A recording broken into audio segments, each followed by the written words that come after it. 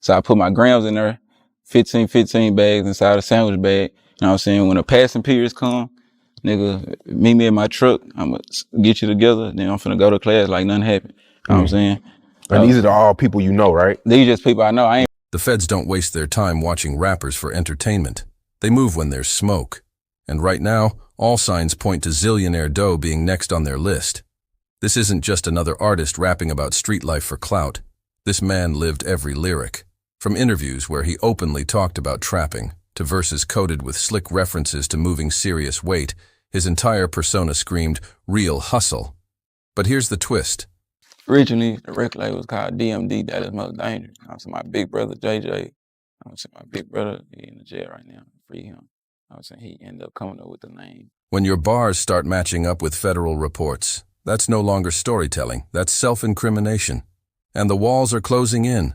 Doe's own brother, Victor Scott Wingham, better known on the streets as Johnny Joe, or JJ to Zillionaire Doe, was just scooped up in a major federal raid. The block they grew up on? It's under a microscope right now, with unmarked cars, silent drones, and surveillance cameras catching every move. The government's building something big and they ain't talking. To the feds, Doe isn't just another rapper with flashy chains. He is allegedly part of a network that has been moving heavy product under the radar. So the real question isn't if they re-watching Zillionaire Doe, it cass when they all make their move.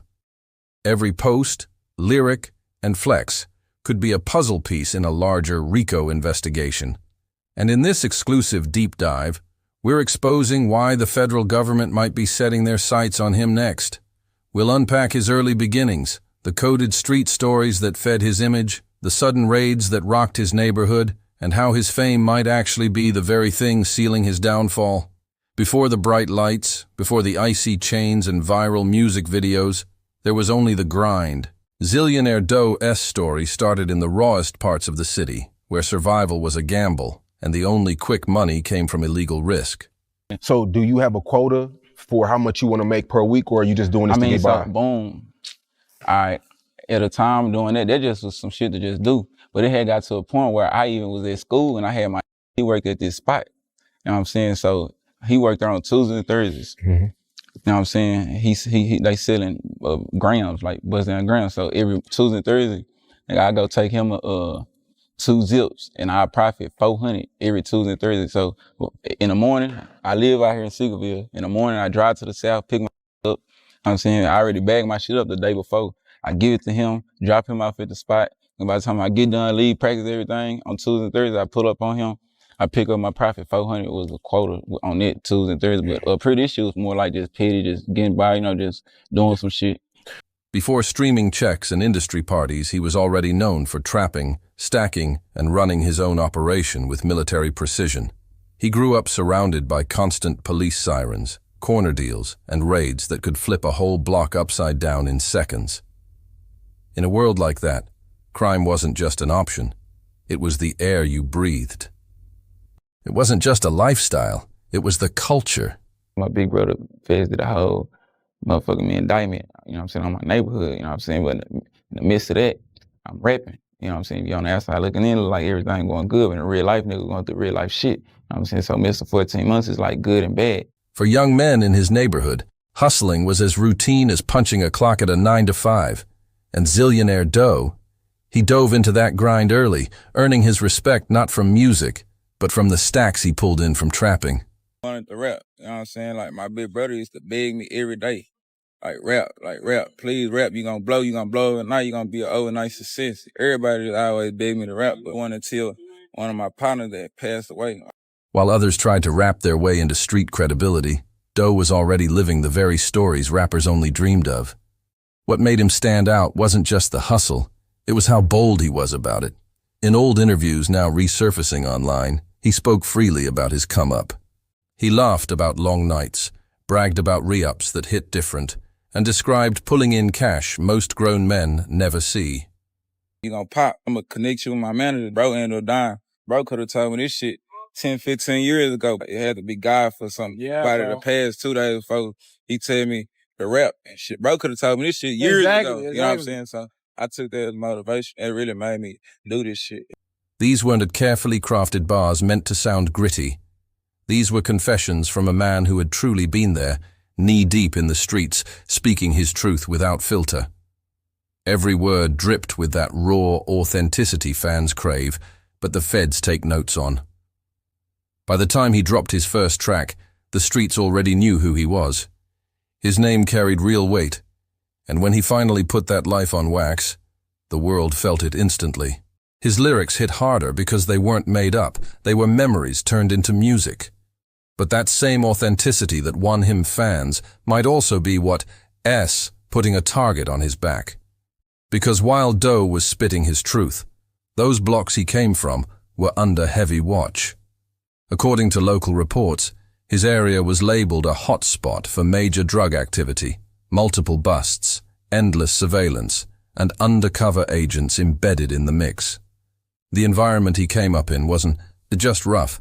It was practically a breeding ground for federal cases. Law enforcement had been connecting dots for years, tracing crews, linking names, and quietly gathering evidence. That is what makes Zillionaire Doe's story so different. He didn't step into the streets pretending for clout. He came from them, molded by a world where survival, silence, and hustle went hand in hand. He was already that guy before fame ever entered the picture. The feds came, you know what I'm saying, picked up my big brother. Feds did a whole motherfucking me indictment, you know what I'm saying, on my neighborhood, you know what I'm saying, but in the midst of that. People who grew up around Zillionaire Doe still talk about how he always had stacks in his pockets and a hustle that never slept. They describe him as the kind of man who wouldn't to leave the block until every dime was flipped, someone who treated the grind like it was personal. That drive made him stand out early, and it's exactly why so many from his hood vouched for him later. When he finally stepped up to the mic, it wasn't to escape the streets, it was to broadcast them. His music wasn't fiction, it was documentation. But that trapper first, rapper second lifestyle came with a heavy price. By his late teens, Doe was already catching the eyes of more than just fans. He was on the radar of law enforcement. The circles around him weren't clean either. His older brother and several close friends were all knee-deep in the same grind, running plays in a part of town that was practically a federal chessboard. So when the feds started cracking down, his name slipping into the mix wasn't shocking. It was inevitable. Behind the scenes, long before headlines or rap blogs caught wind of it, whispers had already started. Street sources claim private meetings were happening. Federal agents comparing notes, pulling old files, and slowly connecting Doe's past hustle with his new fame. Looking back, it is clear the roots of his current problems were planted in those early years when he was just trying to make it out by any means. His success as a hustler gave him credibility, but it also left a digital and physical paper trail the government could one day weaponize against him. Those raw interviews, the neighborhood tales, even his own lyrics, each one became a piece of a puzzle that federal investigators are quietly assembling today. To understand Zillionaire Doe is to understand the tension between survival and ambition. His background wasn't just about chasing music. It was about proving himself, protecting his name, and feeding his pride in a world that gave him no easy options. Born in the streets, built by them, and now possibly hunted because of them. When he transitioned to rap, it wasn't some industry plan, it was instinct. His music was his megaphone, his release, his way of showing that credibility still mattered when the streets were watching every move. By the time Zillionaire Doe touched that mic, his reputation was already legend. He wasn't out here trying to prove anything to the block. They already knew who he was. What Zillionaire Doe wanted was bigger than local respect. He wanted to flip his real-life grind into something that could echo far beyond his neighborhood. His earliest tracks weren't glossy or industry perfect. They sounded like raw diary entries spilled over bass-heavy beats. Each verse felt like a confession, not a performance. He didn't rap about luxury cars or champagne dreams. He talked about survival, about the grind of corner life, the sting of police harassment, and the kind of paranoia that comes from watching your door at 3 a.m., waiting for either the cops or the opposition to kick it down. His lyrics hit different because they weren't crafted for hype. They were born from fear, struggle, and truth. When Doe spoke, the streets listened, because they knew it wasn't entertainment. It was a mirror reflecting their lives. His decision to rap wasn't random. It was destiny wrapped in authenticity. In a time when the industry was flooded with fabricated stories, the streets were starving for someone real. Someone who didn't have to pretend to be a product of the struggle, because he was the struggle. DJ started spinning his tracks. Producers wanted his voice on their beats, and even rival crews couldn't deny the weight behind his words. He wasn't rapping to fit in. He was speaking from a place of earned pain. The real turning point came when Doe dropped his first official visuals. No Lambos, no fake mansions, just the real blocks, the faces people recognized, and the same cracked sidewalks he grew up walking. That decision made him instantly relatable. He showed the world that he didn't need to borrow someone else's story to shine. His reality was the story. His authenticity became his signature brand. Where other rappers relied on metaphors and fantasy, Doe used memories. And as his catalog expanded, so did his influence. Fans far beyond his city started tuning in, not because he sold them dreams, but because he gave them raw, unfiltered truth. Zillionaire Doe became the voice for every hustler trying to make it out without losing their soul. The trapper-turned-rapper story wasn't new, but Zillionaire Doe brought a kind of rawness that made it feel real again. His energy was different, unfiltered, gritty, and unapologetic. And as the fans started paying attention, so did the feds. Because in the eyes of investigators, rap lyrics aren't just rhymes, they're receipts. Every bar becomes a potential confession, every coded line a breadcrumb leading back to real-life events. Doe's songs were full of gritty details, street politics, names, slang, and coded nods to drug runs that lined up too well with things happening in his neighborhood. To the average listener, it was just music, raw storytelling over 808s. But to federal agents already watching that same block, those lyrics sounded like data. Each verse was another puzzle piece they could log, analyze, and cross-reference. That fine line between art and evidence started to blur fast, and it's haunted Doe from the jump. Rap gave him a legitimate way out, a ticket to stages, studios, and streaming checks. But that same spotlight that lifted him up also made him visible to people he'd rather stay invisible to. The louder his tracks got, the more people wanted to know the man behind the mic. And here's where the danger crept in. Zillionaire Doe wasn't built to hide behind filters or fake stories. His honesty was his power, but it was also his biggest risk. To make it worse, his rise in rap came at the worst possible moment. The same time he started racking up views and shows, federal investigations in his city were heating up. Wiretaps, surveillance vans, and sealed indictments were already in motion. While fans saw a man leveling up, the feds saw something else. A rapper whose sudden success looked suspiciously tied to the same street economy they were tracking. That's the trap of the dual life. What fans call authentic, investigators call evidence. And for Zillionaire Doe, that line between rap and reality is getting thinner by the day. Being labeled a suspect by the feds created the perfect storm. Instead of his music being seen as redemption, it became ammunition. Every verse, every gritty lyric, every casual mention of street life turned into potential evidence, each bar dissected like a coded confession by prosecutors eager to make their case. Zillionaire Doe's move from the trap to the mic wasn't just a career shift. It was the moment his private hustle became public record. The same raw honesty that made fans love him is now being used to build a file against him. What once looked like an escape route may have been a setup from the start.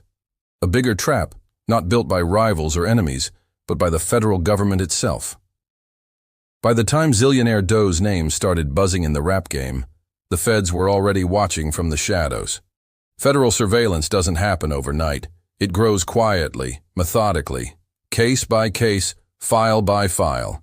And the environment Doe came from? That was a goldmine for investigators. Local police had been raiding homes in his neighborhood for years. But the real shift came when the Alphabet Boys stepped in, DEA, ATF, federal prosecutors, rolling deep with sealed warrants and hidden agendas. When those agencies show up, it's not for petty busts. It's because they're building something big. Their goal is never one man. It's an entire network, crews, families, and operations all tangled into one massive conspiracy, and right in the center of it all stood Zillionaire Doe, whether he wanted it or not. The real breaking point came when his older brother got swept up during one of these coordinated federal sweeps.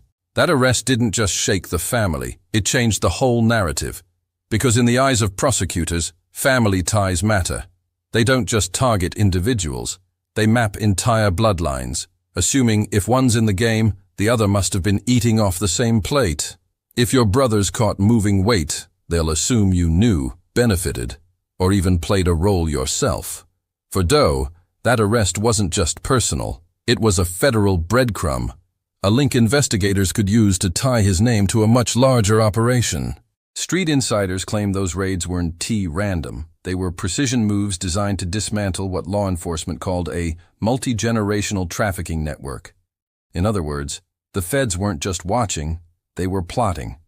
Piece by piece, they were tearing down everything Doe had built, turning his success story into a potential criminal conspiracy before his very eyes. His brother S. arrest was just one piece of the puzzle, but it was enough to show that the feds weren't playing games anymore. They were serious about dismantling what they saw as an entire pipeline, not just a crew. And since Zillionaire Doe had already rapped openly about trapping, paranoia, and the kind of cash he'd stacked before music, his own songs became the soundtrack investigators were studying behind closed doors. That's how the feds operate in RICO cases. They don't need one smoking gun. They build stories. They take fragments, old lyrics, DMs, surveillance clips, family ties, even social media flexes, and connect them like puzzle pieces until it paints a narrative a jury can believe. And in Doe's case, that story practically built itself. A rapper who openly bragged about trapping whose brother got snagged in a federal raid and who just so happened to come from one of the most heavily surveilled neighborhoods in the city. To prosecutors, that wasn't coincidence. That was pattern. It had all the makings of textbook RICO material. And what made things even worse was how the feds interpret success. They don't just watch street corners. They watch spotlights. Every time Doe dropped a new track, booked a show, or copped a new chain, it raised eyebrows in federal offices. The public saw it as a glow-up, rising from the trenches to luxury. But to the feds, it looked like money laundering wrapped in music videos. They were asking, did rap really replace street money? Or is it just another layer of the same operation? As his fame exploded, so did the investigation. Agents started tracing his movements, who he collaborated with, where his money flowed, even which production companies he used to fund videos. And one detail stood out like neon to law enforcement: how fast he leveled up. One minute he was an underground artist. The next he was rocking diamond chains, foreign cars, and shooting cinematic videos that looked straight out of $1 million budget. Fans saw a come-up. The feds saw a financial red flag. They started asking the same chilling question.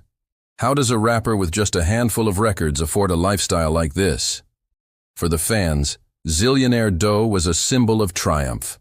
For the feds, he was a case file waiting to unfold. Even rappers with major record deals struggled to maintain that flashy lifestyle. But Zillionaire Doe's case was different. What made it worse is that he never truly separated himself from the hood that raised him. Even as his fame skyrocketed, he kept going back, shooting videos on the same blocks, posted up with the same faces the feds were already watching. To the streets, that looked like loyalty. But to federal agents, that looked like evidence. Every music video cameo, every shot with homies flashing stacks or holding weapons, became another potential piece of proof. The more he tried to keep it real, the more he tied himself to the very people investigators were already building cases against. By this point, Zillionaire Doe wasn't seen as just another rapper. He was officially a person of interest. His brother's arrest gave the feds leverage, his neighborhood gave them context, and his lyrics gave them a narrative. They didn't even need to catch him red-handed because his entire life was already playing out on camera, documented through interviews, music, and social media. Every bar, every post, every photo was like a breadcrumb leading straight to him. The streets might have crowned him a hero, but to the federal government, Zillionaire Doe was slowly becoming something far more dangerous, a suspect in a sprawling criminal conspiracy. Whether he realized it or not, every move was being tracked, time-stamped, and filed away. And by now, the feds want him, badly. It's no secret that Zillionaire Doe fits the profile the feds love to target. To really understand why, you have to look at how federal prosecutors think. A RICO charge isn't just about one crime. It's about crafting a story convincing enough to make a jury believe an entire network worked together for organized criminal gain. And Zillionaire Doe checks way too many boxes for them to ignore. First, there's his past in the streets. He's never hidden it. In fact, he's bragged about it. And while that honesty made him a legend in rap circles, it's also what gives prosecutors the ammunition they need.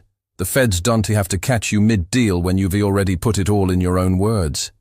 Those interviews where he detailed coming up off the block, the social posts flaunting cash, the lyrics referencing coded moves, they've all turned into self-written statements. In the rap world, that's authenticity. In the courtroom, that's confession. Every time Zillionaire Doe mentioned moving weight, re-ups, or those sleepless trapping nights, fans might have heard bars, but the feds heard evidence. What sounded like art to the culture was being transcribed and analyzed by prosecutors who don't care about flow. They care about facts. To them, every lyric was a breadcrumb, a self-snitch, a coded confession they could use in court. Then came the family connection, and that's where things got even darker. His older brother's arrest wasn't just bad luck, it was a crucial puzzle piece. In federal investigations, bloodlines carry weight. If one brother is caught trafficking, the government assumes the other knew, benefited, or played a role. They treat family like a network, not individuals. And when your brother gets picked up during a major raid targeting large-scale distribution, that's all the feds need to start connecting the dots. In their eyes, Doe wasn't separate from the game. He was part of the family tree feeding it. Next, the environment sealed the picture. Doe's neighborhood had long been labeled a hot zone, a breeding ground for heavy traffic raids and confidential informants. Local reports describe it as a federal magnet, with DEA, ATF, and task force units cycling through year after year. And here's where Doe's loyalty became his liability. He never left. Even as his music took off, he stayed shooting videos on the same corners, surrounded by the same faces under investigation. To the fans, that was realness. To the feds, it was documentation. Every video frame, every Instagram post looked less like nostalgia and more like surveillance footage proving he never cut ties with the operation. Then came the money. To fans, Zillionaire Doe's rise was inspiring. A hustler who flipped his grind into a legit empire. But to investigators, it looked way too fast, way too clean. They started pulling bank statements, tracking wire transfers, and analyzing who funded what.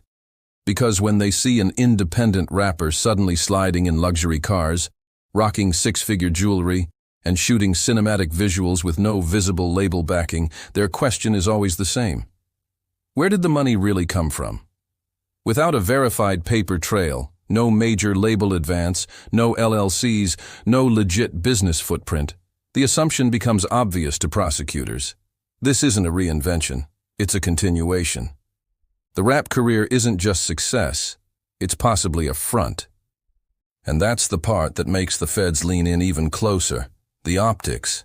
They love high-profile cases, especially ones involving rappers. It's not just about arrests. It's about headlines, symbolism, and sending a message. If you glorify the life, we'll make you live it in court. When the feds move on a rapper, it's never just about the streets. It's about the spotlight. These cases don't only send a message to the block. They boost careers inside federal buildings.